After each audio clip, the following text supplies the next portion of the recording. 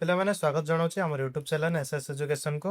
ଆଜିର ଭିଡ଼ିଓଟିରେ ଯେଉଁମାନେ ସବୁ ଷଷ୍ଠ ଶ୍ରେଣୀରେ ପଢୁଛ, ତମର ଗଣିତର ଚତୁର୍ଥ ଅଧ୍ୟାୟ ଯାହାର ନାମ ହେଉଛି କ'ଣ, ତଥ୍ୟ ଉପସ୍ଥାପନା ଓ ପରିଚାଳନା। ବୁଝିଲ?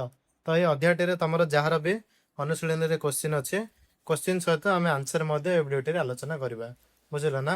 ତମର ଦେଖ ଫାଷ୍ଟ ଅଛି 4.1 କ'ଣ କହିଛି ଏଠି, ତଥ୍ୟ ସଂଗ୍ରହ ଓ ସଂଗଠିତ ଏବଂ ସଜ୍ଜୀକରଣ କରିବାକୁ କହିଛି। କ'ଣ କହିଛି? ତଥ୍ୟକୁ ସଂଗ୍ରହ କରିକିରି ଦେଖ ଏଠି କିଭଳି ଭାବରେ ତଥ୍ୟ ସଂଗ୍ରହ କରାଯାଇଛି। ମୋହନକୁ କ'ଣ ପସନ୍ଦ? କବାଡି। କବିତାକୁ କ'ଣ ପସନ୍ଦ? ହକି। ବୁଝିଲ? ଏଭଳି ଭାବରେ କାହାକୁ କ'ଣ ଖେଳ ପସନ୍ଦ, ଏଗୁଡ଼ାକର କିଛି ତଥ୍ୟ ସଂଗ୍ରହ କରିକି ଏହି ସାରଣୀରେ ରଖାଯାଇଛି। ତାପରେ ଦେଖ ତାର ଆସ ବୁଝିବା ଯୋଉ ଦେଇଛି ନା, ଏଇଟା ହିଁ ହେଉଛି ତମର ଅନୁଶୀଳନୀ। ହେଲା ନା? ଆଗେ ଯୋଉ ତମର ଅଭ୍ୟାସ କାର୍ଯ୍ୟ ଆସିବାର, ଏବେ ଆସୁଛି କ'ଣ ଆସ ବୁଝିବା ବୋଲିକି। ଦେଖ କୋଶ୍ଚିନ୍ କ'ଣ ଦେଇଛି, ଏକରେ କହିଛି ନରେଶ ଏବଂ ନମିତାଙ୍କ ସହପାଠୀଙ୍କ ମଧ୍ୟରେ ସବୁଠାରୁ ପ୍ରିୟ ଖେଳ ଜାଣିବା ପାଇଁ ତୁମେ କ'ଣ କରିବ? କ'ଣ କରିବ ତମେ? ତମେ ଲେଖିପାରିବ କ'ଣ ନା, ଆମେ ସଂଗୃହୀତ ତଥ୍ୟକୁ ସଜାଡ଼ି ଗୋଟିଏ ସାରଣୀରେ ଲେଖିବା ଏବଂ ଗଣନା କରିବା ଯେ କେଉଁ ଖେଳକୁ କେତେ ଜଣ ପିଲା ପସନ୍ଦ କରନ୍ତି ବୋଲି। ବୁଝିଲ? ଏଭଳି ଭାବେ ଲେଖିପାରିବ।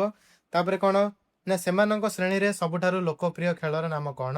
ସବୁଠାରୁ ଲୋକପ୍ରିୟ ଆମେ ଯଦି ଦେଖିବା, ତମେ ସାରଣୀକୁ ଦେଖ, ସବୁଠାରୁ ଅଧିକ କ'ଣ ନା ହକି ଖେଳର ନାଁ ଲେଖାଯାଇଛି। ହେଲା ନା?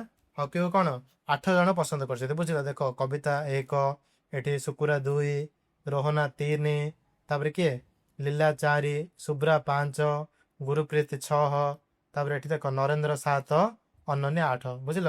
ତ ହକିକୁ ସବୁଠାରୁ ଅଧିକ ଜଣ ଲୋକ ପସନ୍ଦ କରିଛନ୍ତି। ତ ଏଠି ଲେଖିଦେବ କ'ଣ, ସେମାନଙ୍କ ଶ୍ରେଣୀରେ ସବୁଠାରୁ ଲୋକପ୍ରିୟ ଖେଳର ନାମ ହେଉଛି ହକି। ବୁଝିଲ? ତାପରେ ଦେଖ 3 ନମ୍ବରରେ କ'ଣ କହିଛି, ତୁମର ସହପାଠୀଙ୍କ ମଧ୍ୟରେ ସବୁଠାରୁ ଅଧିକ ପସନ୍ଦର ଖେଳ ଜାଣିବାକୁ ଚେଷ୍ଟା କର। ଏଇଟା ସବୁ ତମେ ନିଜ ନିଜର ସାଙ୍ଗମାନଙ୍କୁ ପଚାରିବ, ଯାହାକୁ ବି ଯୋଉ ଖେଳ ପସନ୍ଦ ଆସୁଛି ସେମାନେ କହିବେ, ତମେ ଲେଖିବ। ବୁଝିଲ?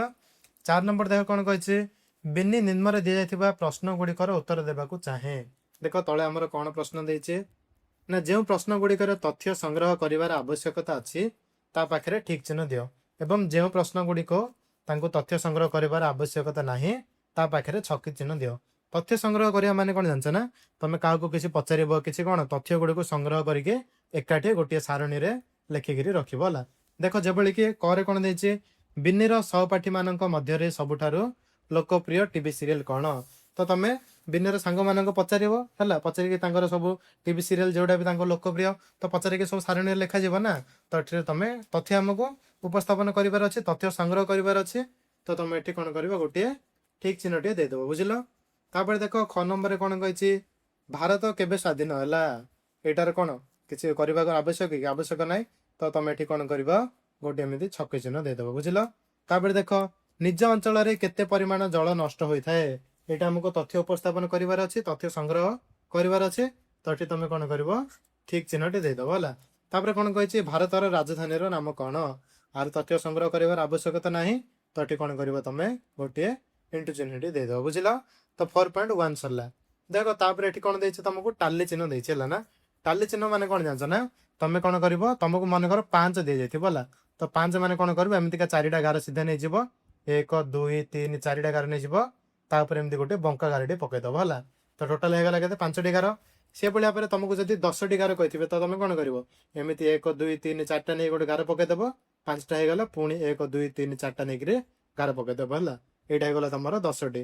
ସେଭଳି ଭାବରେ ଦେଖ ଟାଲି ଚିହ୍ନ ତମକୁ ମନେକର କହିଥିବି 7ଟି, ବେଲେ କ'ଣ କରିବ, 1 2 3 4 ନେଇ ଗୋଟେ ଗାର ପକେଇଦେଲ, ଏଇଟା ହେଇଗଲା କେତେ, 5ଟି, ଆଉ ତମେ 2ଟା ନେଇଯିବ। ହେଲା? ତ ତମର ଏଇଟା ହେଇଗଲା କେତେ, 7ଟି ହେଇଗଲା। ହେଲା? ତ ଦେଖ ଏଭଳି ଭାବରେ ତମେ ସାରଣୀକୁ ଦେଖ, ଏଠି ଟାଲି ଚିହ୍ନ କ'ଣ ଅଛି, ଦେଖ ଜିଲ୍ଲାପିର ଦେଇଛି, ଶିକ୍ଷାର୍ଥୀଙ୍କ ସଂଖ୍ୟା ଦେଇଛି 6। ହେଲା? ତ ଦେଖ ଏଠି 5 ହେଇଗଲା, ଏଠି ଗୋଟେ 6 ହେଇଗଲା। ସେଭଳି ଭାବରେ ଦେଖ ଏଠି ଦେଖ କେତେ ଅଛି, 4 1 5, ଏପଟେ 4 5 4 କେତେ ହେଲା, 9। ଥାର୍ଡ ନମ୍ବରରେ ଦେଖ ଛେନା ଗଜା କ'ଣ ହେଇଯିବ, ଏଠି ଅଛି 5, ଏଠି ଅଛି 5 5 5 ହେଇଗଲା 10, ଏଠି ଅଛି 3। ତ ଏଠି ଲେଖିଦେବ କେତେ, 13 ଲେଖିଦେବ। ବୁଝିଲ? ତାପରେ ଦେଖ ବର୍ଫି, ବର୍ଫିରେ ଏଠି ଅଛି 3, ତ ଏଠି 3 ଲିଖିଦେବ। ତାପରେ ରସଗୋଲା ଦେଖ, ରସଗୋଲା କ'ଣ, ଏଠି 5, ଏଠି 2, ତ ହେଇଗଲା କେତେ, 7ଟି ହେଇଗଲା। ହେଲା? ଏଭଳି ଭାବରେ ଲେଖିପାରିବ। ତାପରେ ଦେଖ ଆସ ବୁଝିବା, ଏହାର କ'ଣ କୋଶ୍ଚିନ୍ ଅଛି, କୋଶ୍ଚିନ୍ର ଆନ୍ସର ମଧ୍ୟ ଆମେ ଦେଖିବା। ଦେଖ ଫାଷ୍ଟ ତମର କ'ଣ କହିଛି ନା, ସାନନ୍ଦ ଗୁରୁଜୀଙ୍କୁ ଠିକ୍ ପରିମାଣର ମିଠା କିଣିବାରେ ସାହାଯ୍ୟ କରିବା ପାଇଁ ତଳ ସାରଣୀକୁ ପୂରଣ କରିବାକୁ କହିଛି। ଦେଖ ଫାଷ୍ଟ କ'ଣ କହିଛି, କେତେ ଜଣ ଶିକ୍ଷାର୍ଥୀ ଜିଲାପି ବାଛିଥିଲେ? ଜିଲାପି ଦେଖିବା, ଦେଖ କେତେ ଜଣ ଅଛି, 6 ଜଣ ଅଛନ୍ତି। ତ ଏଠି ଲେଖିଦେବ କେତେ, ଆ ଭିତରେ ଲେଖିଦେବ କ'ଣ, 6 ଲେଖିଦେବ। ହେଲା? ତାପରେ କ'ଣ କହିଛି, କେତେ ଜଣ ଶିକ୍ଷାର୍ଥୀ ବର୍ଫି ବାଛିଥିଲେ? ବର୍ଫି କେତେ ଜଣ, ତିନି ଜଣ, ତ ଏଠି ଲେଖିଦେବ କେତେ 3 ଲେଖିପାରିବ। ତାପରେ ଗରେ ଦେଖ କ'ଣ କହିଛି, କେତେ ଜଣ ଶିକ୍ଷାର୍ଥୀ ଛେନା ଗଜା ବାଛିଥିଲେ। ଛେନା ଗଜା ଦେଖିବା, ଛେନା ଗଜା ଦେଖ କେତେ ଅଛି 5 5 10 ଇଏ 3 13, ତ ଏଠି ଲେଖିଦେବ ତମେ କେତେ 13 ବୋଲି ଲେଖିଦେବ, ବୁଝିଲ। ତାପରେ ଘରେ ଦେଖ କ'ଣ କହିଛି, କେତେ ଜଣ ଶିକ୍ଷୟତ୍ରୀ ରସଗୋଲା ବାଛିଥିଲେ। ରସଗୋଲା କେତେ ଏଠି 5, ଏଠି 2, ତ 5 2 7 ହେଲା। ତମେ ଏଠି ଲିଖିଦେବ କ'ଣ 7 ଲେଖିଦେବ। ତାପରେ ଦେଖ ମୁହଁରେ କ'ଣ କହିଛି, କେତେ ଜଣ ଶିକ୍ଷୟତ୍ରୀ ଗୁଲାବ ଜାମୁନ ବାଛିଥିଲେ। ଗୁଲାବ ଜାମୁନ କେତେ ଜଣ ବାଛିଥିଲେ ଦେଖିବା। ଗୁଲାବ ଜାମୁନ ଦେଖ ଏଠି ଅଛି 5, ଏଠି ଅଛି 4 ହେଲା, ଟୋଟାଲ ହେଇଗଲା 9। ତ ଏଠି ଲେଖିଦେବ କ'ଣ 9 ବୋଲି ତମେ ଲେଖିପାରିବ, ବୁଝିଲ। ତାପରେ ଆଗକୁ ଯିବା। ନେକ୍ସଟ ଦେଖ 2 ନମ୍ବରରେ କ'ଣ କହିଛି, ଉପରୋକ୍ତ ସାରଣୀ ଦେଖି ପିଲାମାନଙ୍କର ପସନ୍ଦ ଅନୁଯାୟୀ ପ୍ରତ୍ୟେକ ପ୍ରକାରର ମିଠନ ବଣ୍ଟନ କରିବା ଯଥେଷ୍ଟ କି। କ'ଣ ଏଇ ସାରଣୀ ଦେଖିକିରି ଆମେ ବଣ୍ଟନ କରିପାରିବା, ତ ଲେଖିପାରିବା ହଁ ଯଥେଷ୍ଟ। ତାପରେ କ'ଣ କହିଛି, ଯଦି ଏହା ଯଥେଷ୍ଟ ନୁହେଁ ତେବେ ଆଉ କ'ଣ କରାଯାଇପାରିବ ବୋଲି କହିଛି ହେଲା। ତ ଏଇଟା ଆମର ଯଥେଷ୍ଟ ହେଇଯିବ ନା, ତ କିଛି ଆଉ କରିବା ଏଇଟା ଲେଖିବାକୁ ଆବଶ୍ୟକତା ନାହିଁ, ବୁଝିଲ। ତାପରେ ଦେଖ ଆଗକୁ ଯିବା। ନେକ୍ସଟ ଦେଖ ତମର ଏଠିକି ଯିବା ହେଲା। ଏଠି ଦେଖ ଆସ ବୁଝିବାରେ କେତେ ଗୁଡ଼ିଏ ପ୍ରଶ୍ନ ଦେଇଛି, ଆମେ ସେ ପ୍ରଶ୍ନର ଉତ୍ତର ମଧ୍ୟ ବାହାର କରିବା ହେଲା। ଦେଖ କ'ଣ କହିଛି, ତାଙ୍କୁ ନିମ୍ନଲିଖିତ ବିଷୟ ଗୁଡ଼ିକ ଜାଣିବାରେ ସାହାଯ୍ୟ କରିବା। ଶ୍ରେଣୀରେ ସବୁଠାରୁ ବଡ଼ ମାପର ଜୋତା ହେଉଛି। ଦେଖିବା ଆମେ এই ସାରଣୀଟିକୁ ଦେଖିବା। ଦେଖ এই ସାରଣୀରେ ସବୁଠାରୁ କେତେ ଗୁଡ଼ିଏ ମାପ ଦିଆଯାଇଛି ନା। ଦେଖ ସବୁଠାରୁ ବଡ଼ ହେଇଯାଉଛି କ'ଣ 7, ତ ତମେ ଏଠି ଲେଖିଦେବ କ'ଣ, ଏଠି ଲେଖିଦେବ କେତେ 7 ବୋଲି ଲେଖିଦେବ ହେଲା। ତାପରେ କ'ଣ କହିଛି, ଶ୍ରେଣୀର ସବୁଠାରୁ ଛୋଟ ମାପର ଜୋତା। ଛୋଟ ମାପର ଜୋତା ଦେଖିବା, ଛୋଟ ସବୁଠାରୁ କ'ଣ ଅଛି, ଛୋଟ ଅଛି ଦେଖ 4 5 6 7 3 ଅଛି, ତ ସବୁଠାରୁ ଛୋଟ ହେଉଛି 3 ନା, ତ ତମେ ଏଠି ଲେଖିଦେବ କେତେ 3 ବୋଲି ଲେଖିଦେବ, ବୁଝିଲ। ଗରେ ଦେଖ କ'ଣ କହିଛି, କେତେ ଜଣ ଶିକ୍ଷୟତ୍ରୀ 5 ନମ୍ବର ଜୋତା ପିନ୍ଧିଛନ୍ତି। 5 ନମ୍ବର ଆମେ ଗଣିବା କେତେ ଜଣ ଅଛି ଦେଖ 1, ତାପରେ 2 3 4 5 6 7, ତାପରେ କ'ଣ 8 9 10, ତ ଟୋଟାଲ କେତେ ଜଣ ହେଲେ 10 ହେଲା। ତ ଏଠି ଲେଖିଦେବ କେତେ ନା 10 ଜଣ ବୋଲି ଲେଖିଦେବ। ଘର ନମ୍ବର ଦେଖ କ'ଣ କହିଛି, କେତେ ଜଣ ଶିକ୍ଷୟତ୍ରୀ 4 ନମ୍ବର ବଡ଼ ଜୋତା ପିନ୍ଧିଛନ୍ତି। 4 ନମ୍ବର ଯଦି ବଡ଼ ଜୋତା ଯିବା, ଦେଖ କେତେଟା ହେଉଛି, ଟିକେ ର ମୁଁ ସବୁ ଗୁଡ଼ାକ ଲିଭେଇ ଦେଉଛି, ତମକୁ କ୍ଲିଅର ଦେଖାଯିବ ହେଲା। 4 ନମ୍ବର ବର୍ତ୍ତମାନ ଆମେ ଗଣିବା। ଦେଖ 4 ନମ୍ବର କ'ଣ ହେଇପାରିବ, ଫାଷ୍ଟ ଅଛି ଦେଖ ଏଠି 1 ହେଲା, 2 3 4 5 6, ତାପରେ କ'ଣ 7 8 9, ଲେଖିଦେବା କେତେ ତମେ ଲେଖିପାରିବ 9 ହେଲା, ବୁଝିଲ। ତାପରେ ଦେଖ 2 ନମ୍ବରକୁ ଯିବା। କ'ଣ କହିଛି, ଏହି ପ୍ରଶ୍ନ ଗୁଡ଼ିକର ଉତ୍ତର ପାଇବା ପାଇଁ ସାନରୁ ବଡ଼ କ୍ରମରେ ତଥ୍ୟ ସଜାଡ଼ିବା କିପରି ସହାୟକ ହୋଇଥାଏ ବୋଲି ପଚାରିଛି ହେଲା। ତ ଏଇଟା କ'ଣ ଲେଖିପାରିବ ନା, ତଥ୍ୟକୁ କ୍ରମରେ ସଜାଇଲେ ସର୍ବନିମ୍ନ ଏବଂ ଆମର ଯେଉଁ ସର୍ବାଧିକ ମୂଲ୍ୟ ମଧ୍ୟ ସେଇଟା ମଧ୍ୟ ଆମେ ଜାଣିପାରିବା। ତ ଲେଖିପାରିବ କ'ଣ, ତଥ୍ୟକୁ କ୍ରମରେ ସଜାଇଲେ ସର୍ବନିମ୍ନ ଏବଂ ସର୍ବାଧିକ ମୂଲ୍ୟ ଖୋଜିବା ସହଜ ହୁଏ ଏବଂ କୌଣସି ନିର୍ଦ୍ଦିଷ୍ଟ ସଂଖ୍ୟାର ବାରମ୍ବାରତା ଶୀଘ୍ର ଗଣିବାରେ ମଧ୍ୟ ସୁବିଧା ହୁଏ ହେଲା। ଯେଭଳିକି ଦେଖ ଏଠି ତମର କେତେ ଗୁଡ଼ିଏ ସଂଖ୍ୟା ଅଛି, ତାର ବାରମ୍ବାରତା ମଧ୍ୟ ହେଇଛି ନା। ଯେଭଳିକି 3ର ବାରମ୍ବାରତା ହେଇଛି, 4ର ମଧ୍ୟ ବାରମ୍ବାରତା ହେଇଛି, 5ର ମଧ୍ୟ ହେଇଛି, 6ର ହେଇଛି, ତ ଏଇଟା ମଧ୍ୟ ଆମକୁ ଜାଣିବାରେ ସହାୟକ ହୋଇଥାଏ, ବୁଝିଲ। ତାପରେ ଦେଖ ଆଗକୁ ଯିବା। କ'ଣ କହିଛି, ନେକ୍ସଟ କହିଛି ତଥ୍ୟ ଗୁଡ଼ିକୁ ସଜାଡ଼ିବା ପାଇଁ ଅନ୍ୟ କୌଣସି ଉପାୟ ଅଛି କି ବୋଲି ପଚାରିଛି ହେଲା। ତ ଆମେ କ'ଣ ଲେଖିପାରିବା, ହଁ ଲେଖିପାରିବା। କହିବ କ'ଣ, ହଁ ଆମେ ଏକ ବାରମ୍ବାରତା ବିତରଣ ସାରଣୀ ପ୍ରସ୍ତୁତ କରି ଟାଲି ଚିହ୍ନ ମଧ୍ୟ ବ୍ୟବହାର କରିବା ହେଲା। ତା ଆଗରୁ ତମେ ଦେଖିଥିଲ ଟାଲି ଚିହ୍ନ, ସେଭଳି ଭାବରେ ତମେ କ'ଣ ଟାଲି ଚିହ୍ନ ମଧ୍ୟ ବ୍ୟବହାର କରିପାରିବ ବୋଲି ଲେଖିପାରିବ ହେଲା, ବୁଝିଲ। ଟାଲି ଚିହ୍ନ ମଧ୍ୟ କ'ଣ ବ୍ୟବହାର କରିପାରିବା ହେଲା, ଏମିତି ମଧ୍ୟ ଲେଖିପାରିବ, ବୁଝିଲ। ତାପରେ ଦେଖ ଆଗକୁ ଯିବା। 4 ନମ୍ବରକୁ ଦେଖ କ'ଣ କହିଛି, ତୁମ ନିଜ ଚାରି ପାଖରେ ଦେଖୁଥିବା କିଛି ଗଛର ନାମ ଲେଖ। ତୁମ ଘରୁ ବିଦ୍ୟାଳୟକୁ ଯିବା ବେଳେ ରାସ୍ତାରେ ଯେଉଁ ସବୁ ଗଛ ଦେଖୁଛ ସେଇ ଗଛ କ'ଣ କହିছে ସଂଖ୍ୟା ସମ୍ବନ୍ଧୀୟ ତଥ୍ୟକୁ ନିମ୍ନ ସାରଣୀରେ ପୂରଣ କରିବା କହିছে ହେଲା। ତ ଦେଖିବା ଫାଷ୍ଟ ସଜନା ଗଛ, ତମେ ଏଇଟା ନିଜ ନିଜରେ ସବୁ ଲେଖିବ ହେଲା। ମୁଁ ମନେକର କହିଦେଉଛି। ସଜନା ଗଛ ଦେଖିବ, ସଜନା ଗଛ ମନେକର ତମେ ଦେଖିଲ 5ଟି। ତାପରେ ଅଛି କ'ଣ ନିମ ଗଛ ମନେକର ତମେ ଦେଖିଲ କେତୋଟି 12ଟି। ତାପରେ ଆମ୍ବ ଅଛି, ଆମ୍ବ ଗଛ ମନେକର ଦେଖିଲେ 8ଟି। ତାପରେ ଅମୃତଭଣ୍ଡା ଗଛ ମନେକର ଦେଖିଲେ 5ଟି। ତମେ ସବୁ ନିଜେ ନିଜେ ଲେଖିପାରିବ ହେଲା ନା। ନେକ୍ସଟ କରେ କ'ଣ କହିଛି, କେଉଁ ଗଛର ସଂଖ୍ୟା ସବୁଠାରୁ ଅଧିକ, କୋଉ ଗଛ, ନିମ ଗଛ। ତ ଏଠି ଲେଖିଦେବ କ'ଣ, ନିମ ଗଛର ସଂଖ୍ୟା ସବୁଠାରୁ ଅଧିକ। କେଉଁ ଗଛର ସଂଖ୍ୟା ସବୁଠାରୁ କମ୍ କ'ଣ ଆସିଲା, ସଜନା ଛୁଇଁ ଆସିଲା, ଅମୃତଭଣ୍ଡା ଆସିଲା, 5 ଲେଖା ଆସିଛି। ତ ଏଠି ଲେଖିଦେବ କ'ଣ, ସଜନା ଓ କ'ଣ ଅମୃତଭଣ୍ଡା ହେଲା। ଏମିତି ମଧ୍ୟ ତମେ ଲେଖିପାରିବ, ବୁଝିଲ।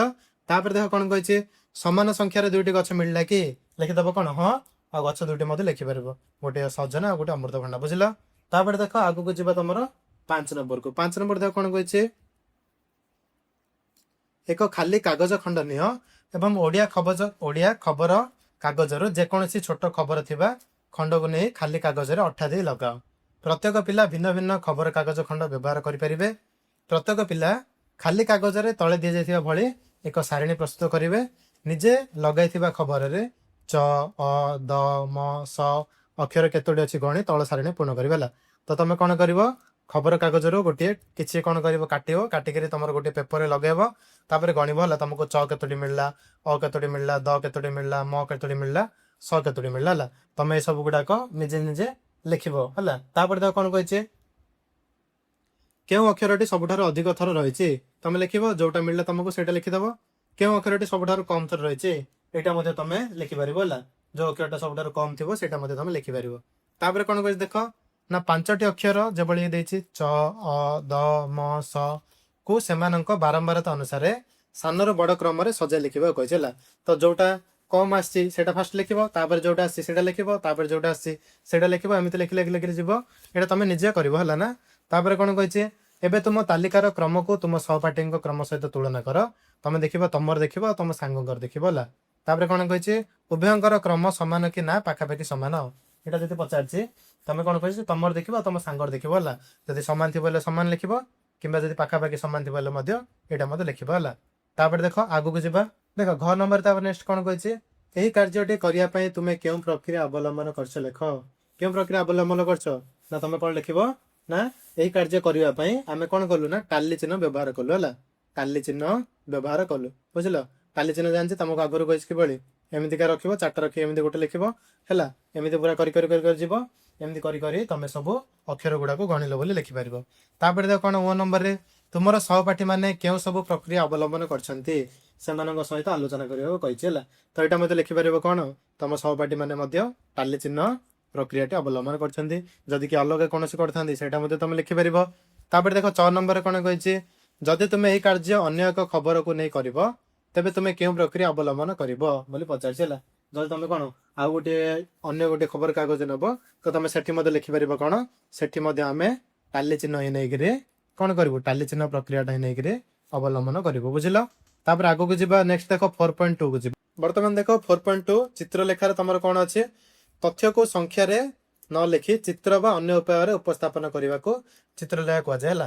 ଯେଭଳିକି ଆମେ ପିଲା ସଂଖ୍ୟା ପଚାରିଲେ କେତେ 5 ଲେଖିଲେ, 6 ଲେଖିଲେ, 7 ଲେଖିଲେ, ସେଭଳି ଭାବରେ ଆମେ କ'ଣ ଚିତ୍ର, ଦେଖ ଏଠି ତମର ଚିତ୍ର ଅଛି ଶିକ୍ଷାର୍ଥୀଙ୍କ ସଂଖ୍ୟା କ'ଣ ଏମିତିକା ସ୍ମାଇଲ ଚିହ୍ନ ଗୋଟିଏ ଦେଇଛି କି ନାହିଁ, ଏଇଟା ହିଁ ତମର କହିଛି ହେଲା। ତମେ ଏଭଳି ଭାବରେ ମଧ୍ୟ ଲେଖିପାରିବ। ତାପରେ ଦେଖ ଆମେ ଡାଇରେକ୍ଟ ଯିବା ତମର କ୍ୱେଶ୍ଚିନ୍ ଆଉ ଆନ୍ସରକୁ ହେଲା।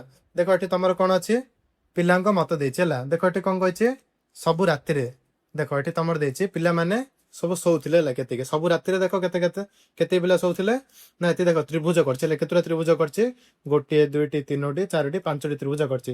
ମାତ୍ର ଏଠି କ'ଣ କହିଛି, ଗୋଟିଏ ତ୍ରିଭୁଜର ଅର୍ଥ 10ଟି ପିଲା ବୋଲି କହିଛି ହେଲା। ତ ଯଦି ତମକୁ ପଚାରିଯିବ ସବୁ ରାତିରେ ହେଲା, ସବୁ ରାତିରେ ଅତି କମରେ 9 ଘଣ୍ଟା ଶୋଉଥିବା ପିଲାଙ୍କ ସଂଖ୍ୟା କେତେ, ତ କ'ଣ କରିବ, ଦେଖ ତମକୁ କେତେଟି ଅଛି, 1, 2, 3, 4, 5ଟି ତ୍ରିଭୁଜ ଅଛି, ଗୋଟେ 10 ଜଣ ଲେଖା ଅଛି। ତ ତମେ କ'ଣ କରିବ, 10 ଗୁଣନ 5 କରିଦେବ ହେଲା। ଇଜିଗୁଡ଼ା ଆସିବ କେତେ, 50ଟି ଆସିବ। ତ ଏଠି ଲେଖିଦେବ କ'ଣ, 50 ଜଣ ପିଲା ବୋଲି ଲେଖିଦେବ। 2 ନମ୍ବର ଦେଖ କ'ଣ କହିଛି, ଦେଖ ନେକ୍ସଟ ତମର 2 ନମ୍ବରରେ କ'ଣ କହିଛି, କେତେ ଜଣ ପିଲା ବେଳେ ବେଳେ ରାତିରେ ଅତି କମରେ 9 ଘଣ୍ଟା ଶୋଉଥିଲେ ହେଲା। ତ ଦେଖ ଅତି କମରେ 9 ଘଣ୍ଟା ଶୋଉଥିଲେ ମାନେ ଆମର ବେଳେ ବେଳରେ କେତେ ଦେଇଛି, ଦେଖ ଏଠି 2ଟା ତ୍ରିଭୁଜ ଅଛି ଆଉ ଗୋଟେ ଖଣ୍ଡିଆ ତ୍ରିଭୁଜଟି ଅଛି ହେଲା। ତ 2ଟା ତ୍ରିଭୁଜର ମୂଲ୍ୟ କେତେ, 10 ଗୁଣନ 2 ଇଜିଗୁଡ଼ା କେତେ ଆସିଲା 20। ଆଉ ଖଣ୍ଡିଆ ତ୍ରିଭୁଜ ମାନେ କ'ଣ, 10ର ଅଧା ହେଇଯିବ ନା। ଯଦି ଗୋଟିଏ ତ୍ରିଭୁଜ 10, ଖଣ୍ଡିଆ ତ୍ରିଭୁଜ ହେଇଯିବ କେତେ, 10 ହରଣ 2, 10ର ଅଧା ଇଜିଗୁଡ଼ା 5। ତ ଟୋଟାଲ ହେଇଗଲେ କେତେ, 25 ଜଣ ପିଲା ହେଇଗଲେ ହେଲା। ତ ଏଠି ହେଇଯିବ କେତେ, 25 ଜଣ ପିଲା। ତାପରେ ଦେଖ 3 ନମ୍ବର ଦେଇଛି କ'ଣ, ରାତିରେ କେତେ ଜଣ ପିଲା 9 ଘଣ୍ଟାରୁ କମ ସମୟରେ ଶୋଉଥିଲେ। ଦେଖ 9 ଘଣ୍ଟାରୁ କମ ଦେଇଛି, 9 ଘଣ୍ଟାରୁ କମ ମାନେ କ'ଣ, ତମର ଏଇଟା କେବେ ନୁହଁ ଦେଇଛି, ଦେଖ ଏଠି କେତୋଟି ଅଛି, 3, 1, 4ଟି ଅଛି ତ୍ରିଭୁଜ। ତ 4ଟି ମାନେ ଗୋଟେ 10 ଜଣ ହେଲେ 4ଟାରେ କେତେ ଜଣ ହେଇଯିବେ, 10 ଗୁଣନ 4 କରିଦେବ ହେଲା। କେତେ, 10 ଗୁଣନ 4 ଇଜିଗୋଲ୍ଡ 40 ହେଇଯିବ, ବୁଝିଲ। ଏଭଳି ଭାବରେ ତମେ କରିପାରିବ। ତାପରେ ଦେଖ 2 ନମ୍ବରକୁ ଯିବା। ନାଇଁ ତାପରେ ଦେଖ ସମାଧାନରେ କ'ଣ କହିছে, ଏଇଭଳି ଏକା ତମର କହିছে ହେଲା ନା, ଏସବୁ କେମିତି ଆସିଲା କହିছে। ତାପରେ ଦେଖ ଆଗକୁ ଯିବା।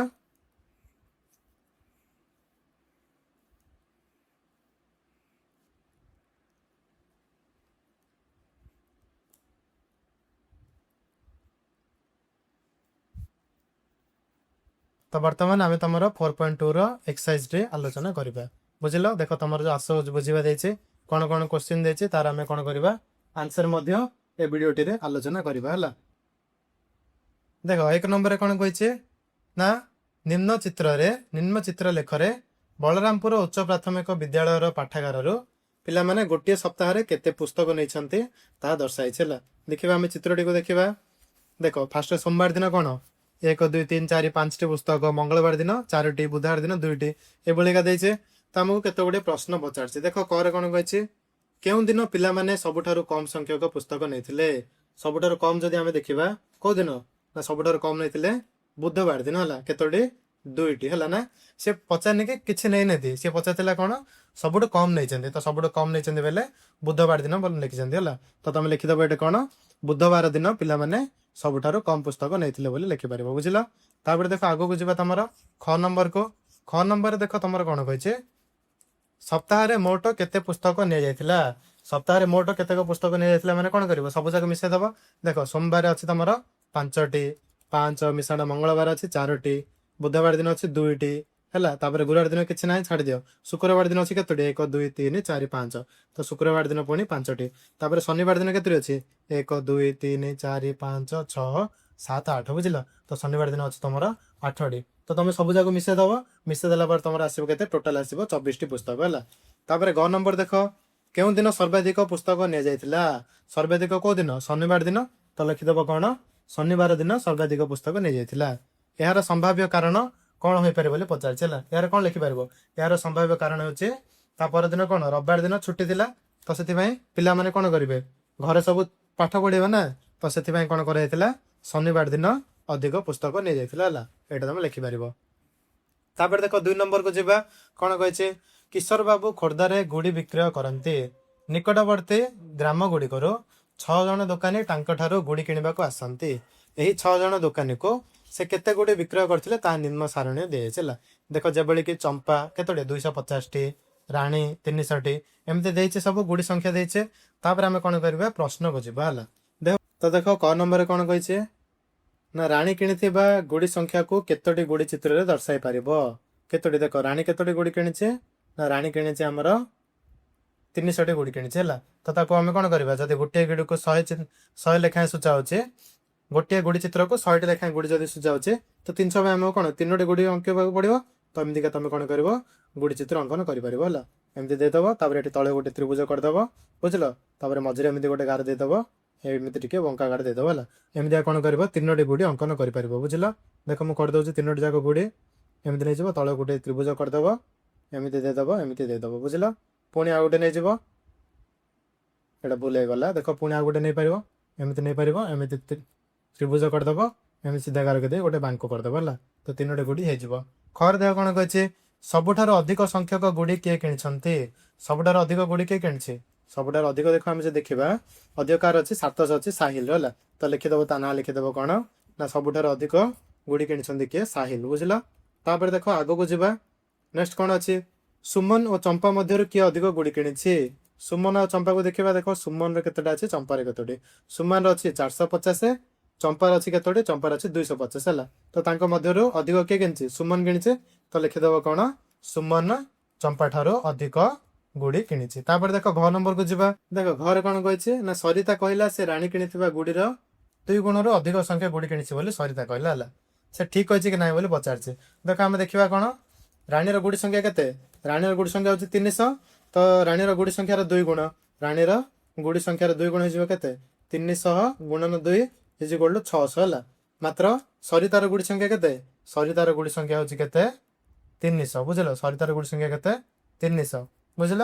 तो से कौन यहाँ भूल है। तो ये लिखिदेव कौन कौन लिखिदेव ना से राणी किणिथिबा गुड़ीर 2 गुण अधिक संख्यक गुड़ी किणे ना बोली लिखिदेव बुझल। से ठीक कहते बोले कौन लिखे ना से भूल कहते बोले लिखिदेव यहाँ मत तुम लिखिपार। तो बर्तमान आम तुम 4.2 पर्यटन डिस्कसन कले आगो को आम तुम 4.3 रु आलोचना करवा बुझल।